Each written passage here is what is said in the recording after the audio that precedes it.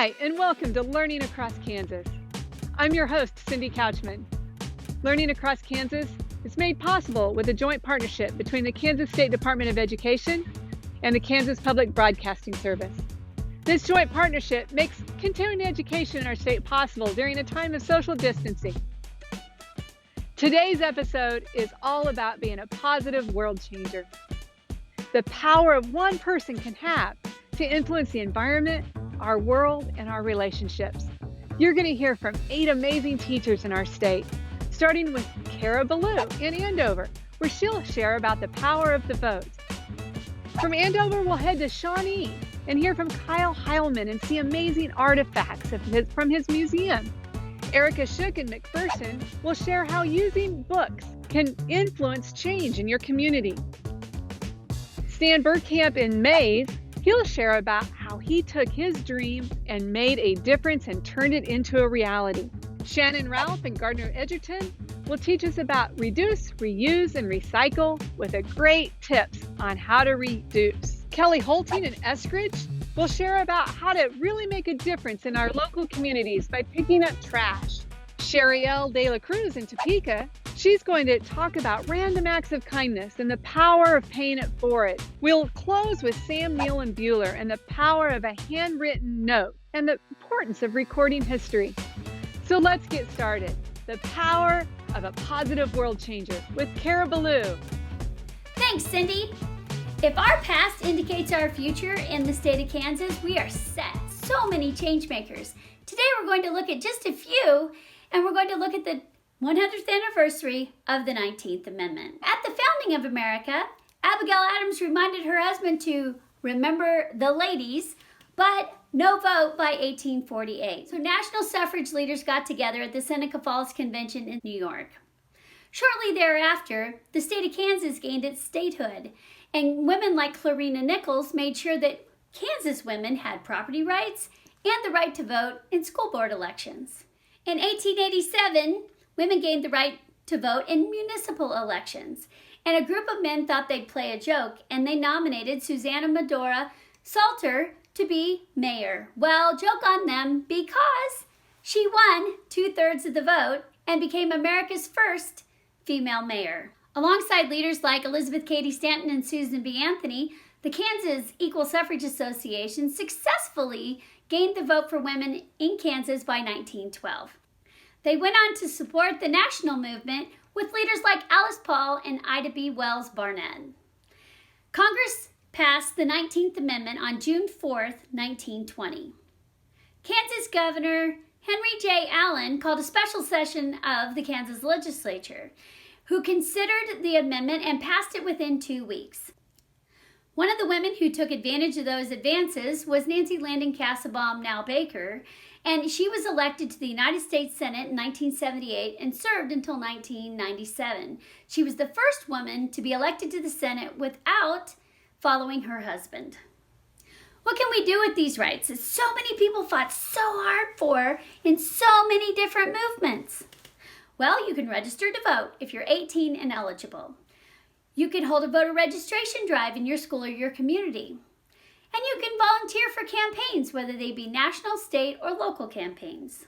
What do you do if you're not going to be here for Election Day? You can request an absentee ballot or an advance ballot by mail on your county election site. Or some communities offer advanced voting at different polling places in the weeks prior to the election. I encourage you to go vote in that August primary, the November 3rd, 2020 election. And now off to Mr. Hileman. That was great history, Miss Belew. Thank you very much. Welcome back, everybody.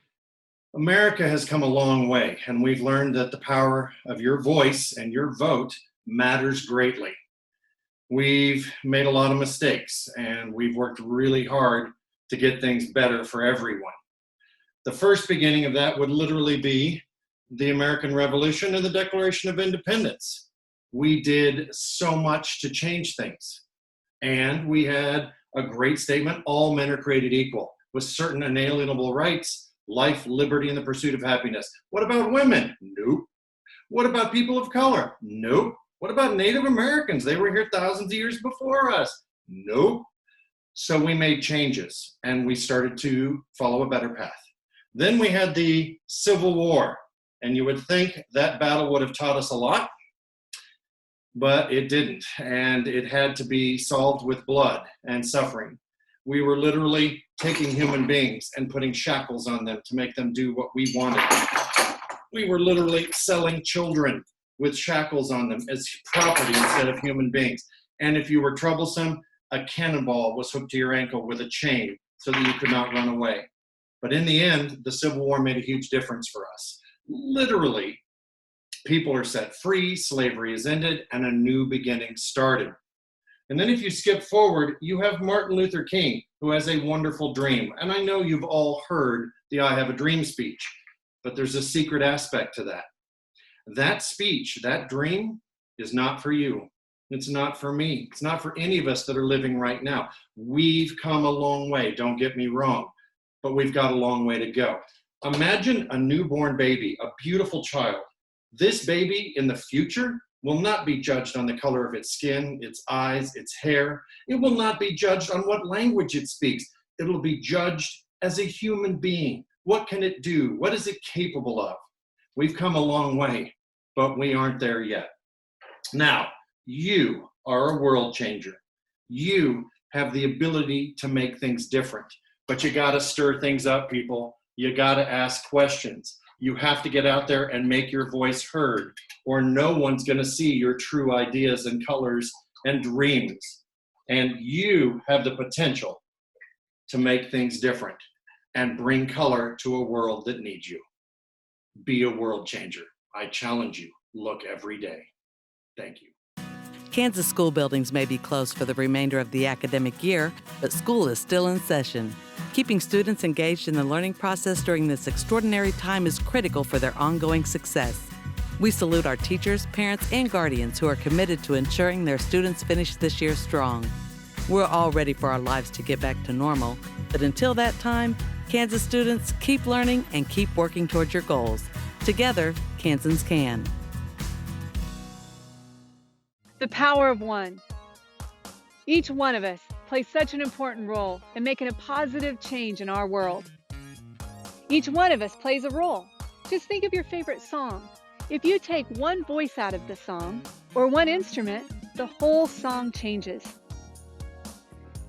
Making a change in our society, it just takes one person. And you're about to hear from two teachers that have done just that. Starting with Erica Shook in McPherson. Hello friends, welcome to my at-home classroom. Anyone has the capacity to be a world changer. It doesn't matter how old you are. And my students and I love to create projects together to benefit both our local and global communities. Whether you want to do something from home, by yourself or with your family, or at school with your teachers, your friends, your classmates, what are some things that you could do to help others? Could you collect cereal boxes to donate to a food bank? What about books and pajamas for children's hospitals? Our first responders often encounter children with their work. Could you organize a drive to collect stuffed animals or coloring books and crayons to donate to those agencies? Speaking of first responders, they do a lot of really wonderful things for our communities. Could you and your classmates cook a meal and invite them and their families to your school or a community center for dinner? You don't have to just help people. How about planting flowers like my son Ryder and I did to help feed the honeybees?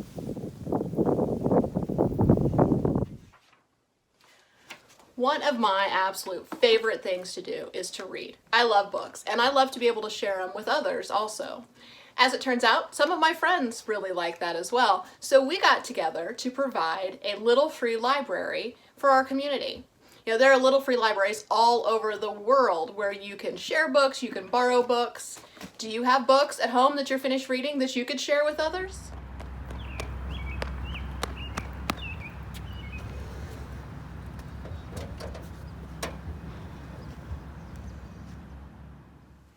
Oftentimes, when my students and I are reading books together, we discover that there are topics that we want to learn more about. For example, when we read about refugees and some of their stories, we decided we wanted to learn more about refugee families in Kansas. And then we organized a blanket drive and collected stacks and stacks of blankets to share with those families to help keep them warm during Kansas winters. Here at home, my boys and I are reading about renewable energy, things like solar panels. And I hear that Stan over in Maize has some great ideas about those. I'm excited to come to you from the Maize solar array, and behind you is an example of what can happen when people realize a situation that needs to be changed and they work together. I grew up the youngest of 5 kids, and my father, who only had an 8th grade education but was a man of tremendous wisdom, always stressed to us kids that you were a steward of the things that you've been given, and your task was leaving the world a better place than how you found it. So that was one of the big influences on me and why I decided to join the Peace Corps after I graduated from K-State. And I served in Africa for 2.5 years where I taught science. When I completed my time there, I started here at Maize High School in 1993, and I've been here ever since. In the course of teaching chemistry and physics, I realized that we needed to change the way that electricity is produced and shift more of a renewable energy aspect of doing that. And so behind me is a solar array, and that is an example of people seeing a vision. So in the course of this, since November of 2017, when the board approved this, I've garnered the support of my current students, alumni, parents, and businesses that have all become united in a common cause. So one of the things I learned in the Peace Corps was that I could not change the entire world, but I could change my little corner of the world. And that's what you see behind me. So this is my task that I would leave to all of you, is that you will reach a point in your life where a path will choose you. This path chose me to go and start this project. So you can't change the world, but you go out and you change your little corner of the world. And if enough of us change that little corner of the world, that's when change becomes real. So maybe it's picking up trash, maybe it's feeding the hungry, maybe it's just supporting someone that needs your help. But go out and find your little corner of the world and make a difference. Ready to watch the best of PBS anytime, anywhere, on nearly any device? It's easy with the free PBS Video app. Simply download the PBS Video app on your mobile or streaming device. Now you can watch the latest PBS episodes or catch up on the shows you missed, discover new favorites from PBS, and local content from your PBS station. Get the free PBS Video app now and stream the best of PBS anytime you want, anywhere you are. What's a book that you've read recently that sparked a dream inside of you? Or perhaps a dream that you've had that you've wanted to turn into reality? We just heard from 2 great teachers that have done just that. Now we're going to head to Shannon Ralph in Gardner-Edgerton. Well, she'll share about her dream and how we can help with that. Oh, hey everybody. I was just rolling my recycling cart in because today was our trash pickup, and this all same day we do our recycling. Interestingly enough, our recycle cart, look how big it is. We usually don't have a lot in there. I'd like to tell you why. Meet me inside. Hey, welcome to my kitchen. So one of the reasons my recycling bin is mostly empty is because we work really hard to reduce the amount of new products that we purchase. The reduce is important for 2 reasons.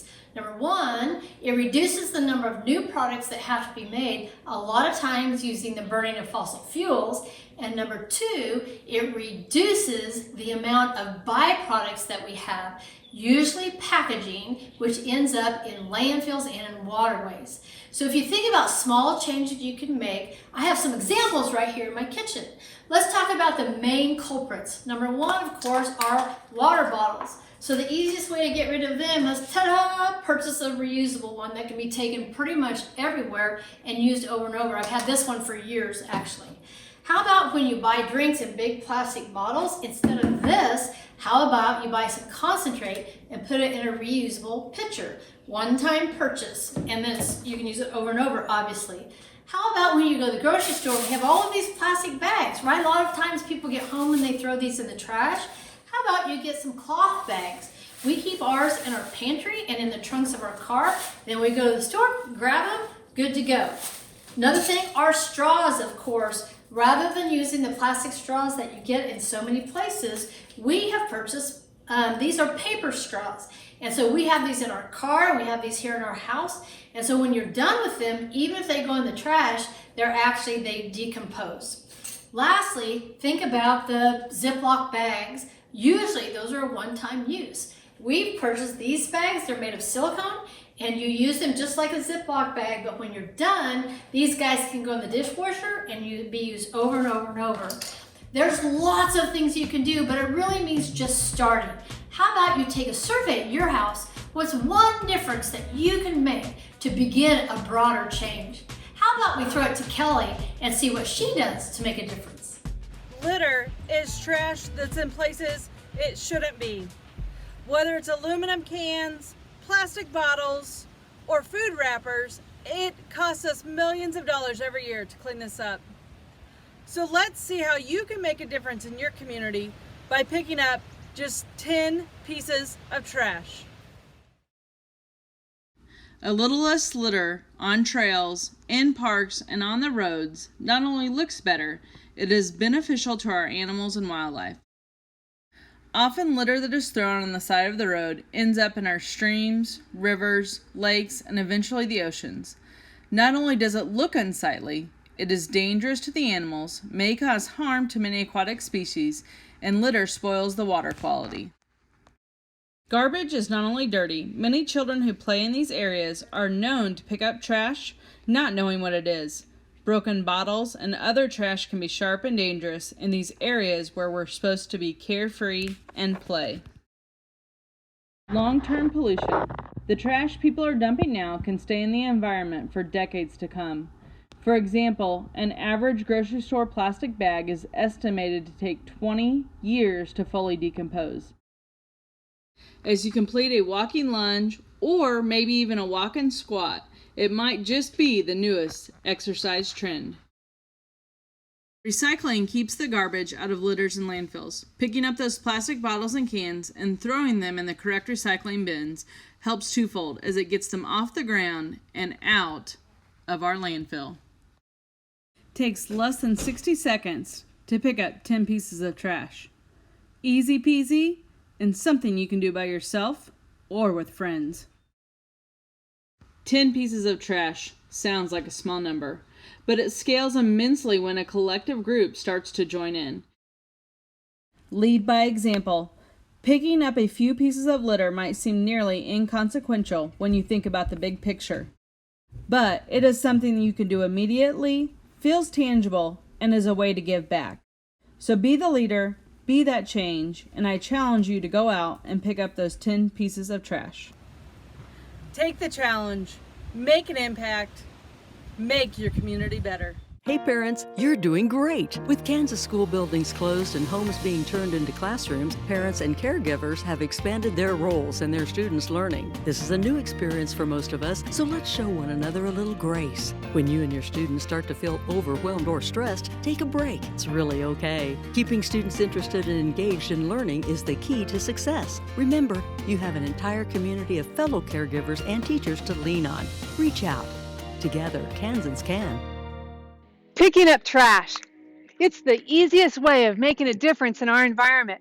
Whenever you see trash, pick it up and throw it away. Or better yet, don't throw it on the ground in the first place. Reduce, reuse, and recycle is a great way to protect our environment and one way that each one of us can influence it. Did you know in the United States alone, we use 500 million straws a day? It is enough to fill 127 40-foot school buses each day. In a year in the United States alone, that's 146,400 school buses just of straws. Speaking of math, Cherryl Delacruz in Topeka is going to share the mathematics of paying it forward. Hello, friends! I know at some point in your life you made a positive impact on others. But what if you do a good deed to 2 people, and each of those 2 will do a good deed for 2 more people, and so on? We can definitely change the world by following the patterns. And the next thing you know, good things will be happening to millions of people.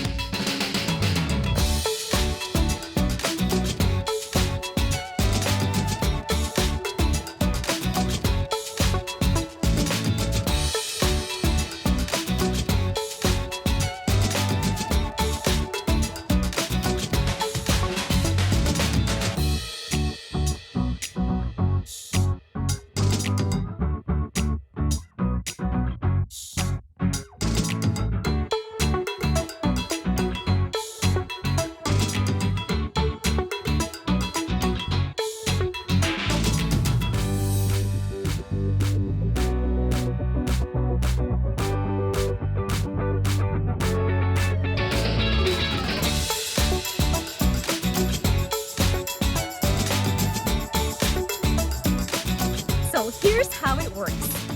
You do a good deed for 2 people, and each of those 2 will pay it forward by doing a good deed for 2 others, and in turns telling them to pay it forward. It actually follows a mathematical model. Guess what it is? Yes, you are correct. It's an exponential model. Y equals 2 to the x, where x is the number of stages and y is the number of good deeds. Well, if there are 8 billion people in the world, how many stages would it take to reach that number? You do the math. I'm positive you'll get the answer. But wait, what good deed did you do today? Help us exponentially spread love, not germs. You can change the world with a simple human chain letter of kindness and a law of mathematics. Did I mention letter? Here's Sam to tell us more about writing a letter. So we've been talking about how to make a difference on a large scale and on a small scale. And sometimes when I think about making a difference, I get a little overwhelmed because I don't know where to start. But what I know as an English teacher is this: our words are powerful and people need to hear our words. I also know that throughout history, there are some primary sources that have been very important in us understanding what a lifestyle was like, what it was like to live during a historical time period. And one of the ways that we do that is through primary sources. A primary source is anything that happens throughout history that is recorded by a first-person account. So that means that the person actually has to be present for this historical event. It could be through a journal, a photograph, a video. It could be a national archive. It could be a speech or even letters that have been written back and forth. So what do you need to write a letter? Well, you need a few things. You need paper or a card. You need a pen or a pencil, a stamp, and an envelope. When you start writing, the first thing that you want to do is make sure that you record the date. You want the month, the day, and the year, if you hope for this to be something that can be used as a historical record. The second thing that you're going to want to do is to have what we call a greeting. In this case, I'm writing my high school basketball coach, and I said, "Dear Coach Thompson, comma." This section is what we call the body of the letter. And this is where we write information that we want to share with others, our feelings, our emotions, things that are happening in our daily lives. And we end our letters with a closing, followed by our signature. The next step is addressing the envelope. So let's break it down. You're going to need what is called a return address in the top left corner of your envelope. You're going to need your last name, your mailing address, your city, state, and zip code. You will then need the recipient's full name, recipient's mailing address, city, state, and zip code. Finally, you're going to need a stamp. These can be purchased at your local post office or grocery store. Writing a letter to someone is something that takes just a little bit of time, but has a really big impact. So, I challenge you to write somebody who needs to hear what you have to say. Record your history, record your feelings, and send it their way. Were you like me and wondered, who did Sam send that letter to at the end of her episode? Well, it turns out it was me. Thank you so much, Sam, for taking the time to send me a letter. It makes a difference. Today's episode was all about being a positive world changer, and we heard great tips from 8 marvelous teachers in our state. Thank you for joining us at Learning Across Kansas today. Learning Across Kansas is a joint partnership between the Kansas State Department of Education and the Kansas Public Broadcasting Service. I'm your host, Cindy Couchman.